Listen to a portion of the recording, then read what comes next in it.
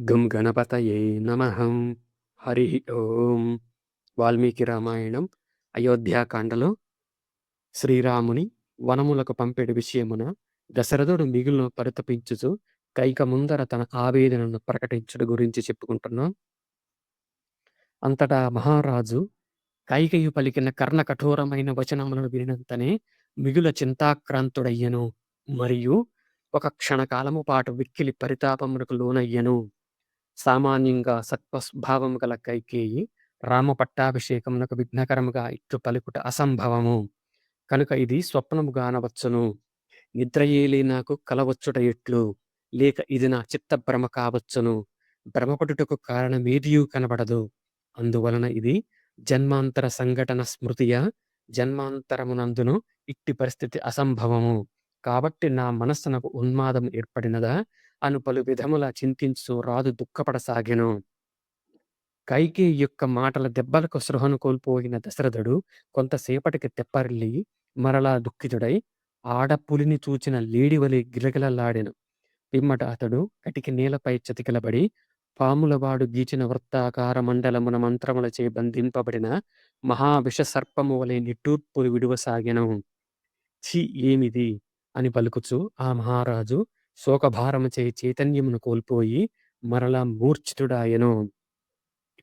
చాలా తడవునకు స్పృహరాగా ఆ రాజు ఎంతయో దుఃఖితుడై క్రుద్ధుడై తన చూపులతో కైకను దహించి వేయుచున్న వాని వలె చూచుచు ఆమెతో ఇట్లనెను. ఓ శ్రీ క్రూరురాల, దుష్టురాల, వంశఘాతకురాల, పాపాత్మురాల, రాముడు నీకు చేసిన అపకారమేమి? నేను చేసిన దోషమేమి? ఆ రాఘవుడు అనుక్షణము నిన్ను తల్లిని వలె సేవించుచుండువాడు గదా. అట్టి రామునకు కీడు చేయుటకు ఎందులకు పూనుకొంటివి? అట్టి కోరిక కోరుటకు నీకు నోరెట్లు వచ్చినది? నీవు రాజకుమార్తెవు, ఉత్తమరాలివి అని తలంచి నీలో ఇంత విషమున్నట్లు ఎరుంగగా భయంకరమైన ఆడు విషసర్పమును వలె నిన్ను నా భవనమున ప్రవేశపెట్టి తిని. ఆ విధముగా నా వినాశమును నేనే కోరి తెచ్చుకుంటిని. లోకమంతయును శ్రీరాముని గుణగణములచే వీనోళ్ల ప్రస్తుతించుచుండగా అతడు ఏ అపరాధము చేసినాడని నా ప్రియసుతుని నేను త్యజించుతును. కౌసల్యనైనను సుమిత్రనైనను నా రాజ్యలక్ష్మినైనను త్యజింతును. అంతేగాదు కడక నా ప్రాణములను సైతము పరిత్యజించెదను. కాని పితృవత్సలుడైన శ్రీరాముని మాత్రము విడువజాలను. నా పెద్ద కుమారుడైన శ్రీరాముని చూచినప్పుడు నాకు కలిగెడు సంతృప్తికి మేరయేయుండదు. ఒక్క క్షణమైనను రాముని చూడంచో నా ప్రాణములే నిలువవు. సూర్యుడు లేకున్నను ఒకవేళ లోకము మనుగడ సాగించవచ్చును. నీరు లేకున్నను వానలు పడకున్నను ఒక విధముగా పైరు బ్రతకవచ్చును. కాని రాముడు లేకున్నచో మాత్రము నా దేహములో ప్రాణములుండవు. ఓ పాప సంకల్పురాలా, ఇంతవరకును నీవు చేసిన నిర్వాకము చాలును. ఇంక శ్రీరాముని వనవాసములకు పంపెడి ఆలోచనను నీ మనస్సు నుండి తొలగింపుము. శిరసా నీ పాదములకు ప్రణమిల్లెదను.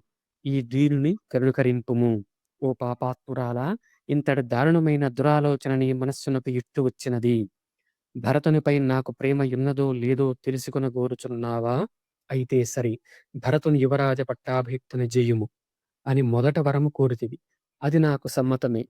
ఇదివరలో రాముని గూర్చి అతడు పెద్ద కుమారుడు, సర్వశుభ లక్షణములు గలవాడు, ధర్మవర్తనలలో ప్రథముడు అని నాతో నీవు మాటి మాటికి నుడివియుంటివి.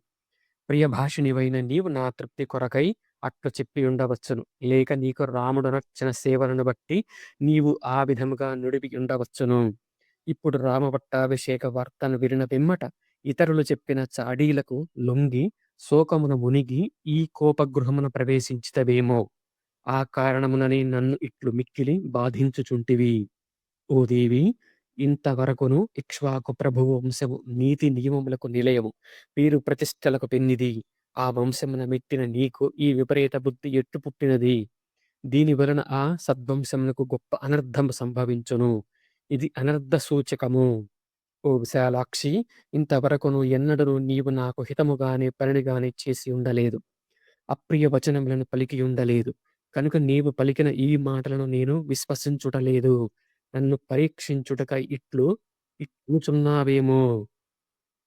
కపట మెరుగని కైకేయి, బుద్ధిమంతులైన భరతుడు, శ్రీరాముడు ఇద్దరును నాకు సమానులే. అనిపెక్కు సందర్భములలో కథలు కథలుగా ప్రేమతో నీవు నాతో నుడువు చుండెడి దానవు గదా! ఓ దేవి! ధర్మాత్ముడు యశస్వియు అయిన శ్రీరాముడు 14 సంవత్సరముల కాలము వనములలో నివసించుట నీకు ఎట్లు రుచించుచున్నది? ఈ అకృత్యమునకు ఎట్లు పాల్పడుచుంటివి? అధర్మ కార్యము చేయుటకు భయపడు నీ స్వభావము ఏమైనది? తాకినంతనే కందిపోయెడు శరీర సౌకుమార్యము గలవాడును, చిక్కు చితరని ధర్మబుద్ధి గలవాడును అయిన శ్రీరాముడు మిక్కిలి భయంకరమైన అడవులలో నివసింపవలెనని నీవు ఎట్లు అభిలషించుచున్నావు? అందమైన చూపులు గల ఓ దేవి! ఎల్లరకును ఆనందమును గూర్చెడి శ్రీరాముడు నిత్యము ప్రీతితో నిన్ను సేవించుచుండెడివాడు గదా! అట్టి నయనాభిరాముని దూరముగా పంపివేయుటకు నీ మనస్సు ఎట్లు అంగీకరించుచున్నది?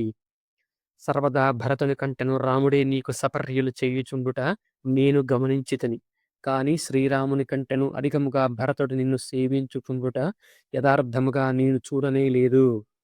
శ్రీరాముని వలె నిన్ను సేవించుచుండెడివాడు గాని, నీ ఎడ గౌరవ ప్రపత్తులను చూపెడివాడు గాని, నీ యందు పూజ్య భావమును ప్రణామబుద్ధిని కలిగి ఉండెడివాడు గాని, నీవు చెప్పినట్లు చేయువాడు గాని మరియొకడు లేనే లేడు. మనకడ వేల కొలది పరిచారికలు, సేవకులు గలరు. వారిలో ఏ ఒక్కరును శ్రీరాముని నిందించుటకు గాని, ఆయనను గూర్చి అవమానకరముగా మాట్లాడుట గాని నేనెరుగను. అనగా శ్రీరాముడు ఎల్లరకును గౌరవార్హుడు. ఇక ఏ కారణముచే నేనతని అడవులకు పంపవలెను? నరోత్తముడైన శ్రీరాముడు నిర్మలమైన మనస్సుతో సమస్త ప్రాణులను ఆనందింపజేయుచుండును. దేశ ప్రజలందరినీ అక్కున చేర్చుకొనుచు వారి అభీష్టములను తీర్చుచుండును. రఘువంశ సంజాతుడైన శ్రీరాముడు సత్యవచనుడు. స్వర్గాది సమస్త లోకముల యందలి ప్రాణులకు హితమునర్చుచు వారిని స్వాధీనములుగా చేసుకొనును. నిర్ధనులకు ధనధాన్యములను ఒసంగుట ద్వారా వారిని ఆదుకొని వశమునందుంచుకొనును. తన హితము గోరి సమయోచితముగా ఉపదేశములను చేయుటలో సమర్థులైన గురువులను చక్కని సపర్యలతో తృప్తిపరచుచుండును. రణరంగమున ధనుష్టంకారము చేతనే శత్రువులను జయించును. సత్యము, దానము, తపస్సు, త్యాగము, మైత్రి, పవిత్రత, ఆర్జవము, విద్య, గురు శుశ్రూష అనునవి శ్రీరాముని యందు స్థిరముగా ఉండేటి సద్గుణములు. ఓ దేవి! ఇట్టి సద్గుణ శోభితుడు మహర్షుల వలె శమధమాది గుణ సంపన్నుడు దేవతుల్యుడు అయిన అట్టి శ్రీరాముని అడవులకు పంపుమని పాపపు కోరికని గిట్లు అడుగుచుంటివి. జనులందరికి నీ ప్రియమును గలిగించుచు మాట్లాడునట్టి శ్రీరాముని వనములకు పంపుట గూర్చి మనస్సున కూడా తలంపజాలను. పరుషముగా మాట్లాడునట్టు నీ కొరకైన ప్రియమిత్రుడైన రామునితో ఈ అప్రియ వచనములను ఎట్లు పలుకగలను? క్షమ, ఇంద్రియ నిగ్రహము, త్యాగము, సత్యము, ధర్మము, కృతజ్ఞత, భూతదయ మున్నగు సద్గుణముల గల నా రాముడు లేనిచో నాకు రక్షకుడు ఎవరు? అట్టి రక్షకుని నేను అడవులకు ఇట్లు పంపగలను. ఓ కైకేయి! నేను వృద్ధుడను, జీవితం చివరి దశకు చేరినవాడను, శోచనీయ స్థితిలో ఉన్నవాడను, దీనముగా విలపించుచున్నవాడను. అట్టి నాపై నీవు కనికరము చూపతగును. సముద్రముల వరకును వ్యాపించియున్న సమస్త భూమండలమును లభించు సకల సంపదలను నీకు సమర్పింతును. రాముని విషయమున క్రోధమును పట్టుదలను వీడుము. ఓ కైకేయి! చేతులు జోడించి నమస్కరించుచున్నాను. నీ పాదములను కూడా పట్టుకొందురు. రాముని రక్షింపుము. ప్రతిజ్ఞాభంగ రూపమైన అధర్మము నన్నంటుకుండుగాక. శ్రీరాముడు ఇచటనే ఉండుటకు అతనిని అనుమతింపుము. ఈ విధముగా పలుకుచు దశరథుడు దుఃఖాతిరేకముతో కుమిలిపోవుచు విలపించసాగెను. ఇంకను ఆ రాజు తోచని వాడై నేలపై బడి అటూ ఇటూ దొర్లుచుండెను. మున్ముందు కలగనున్న రాముని ఎడబాటును పదే పదే స్మరించుకొనుచు శోకమగ్నుడగుడచుండెను. ఆ దుఃఖ సముద్రము నుండి బయటపడుటకై మాటి మాటికి అతడు ఆమెను వేడుకొనుచుండెను. అంతటకై కైకేయి క్రుద్ధురాలై రౌద్రాకారము పూని ఆయనతో ఇంకను కఠినముగా మాట్లాడసాగెను. ఓ రాజా! నాకిచ్చిన 2 వరముల విషయమున మరలా నీవు ఈ విధముగా పశ్చాత్తాపపడుచున్నచో నీ ధార్మికత్వమును గూర్చి ఈ భూమండలమున నీవు ఎట్లు సమర్థించుకొనగలవో? ఓ ధర్మజ్ఞ! ఎప్పుడైనను పెక్కుమంది మహర్షులు నీతో గూడి ధర్మ ప్రసంగము చేయునప్పుడు వారి యుద్ధమున నీకు ఉపకారము చేసిన కైకేయికి నీవు ప్రత్యుపకారమేమి చేసితివి అని నిన్నడిగినచో వారికి నీవు ఏమని సమాధానము చెప్పగలవో? యుద్ధమున మూర్ఛితుడనైన నాకు శైత్యోపచారములు చేసి నన్ను ఆమె కాపాడెను. ఆమె సహాయము వలననే నేను జీవించి ఉన్నాను. అట్టి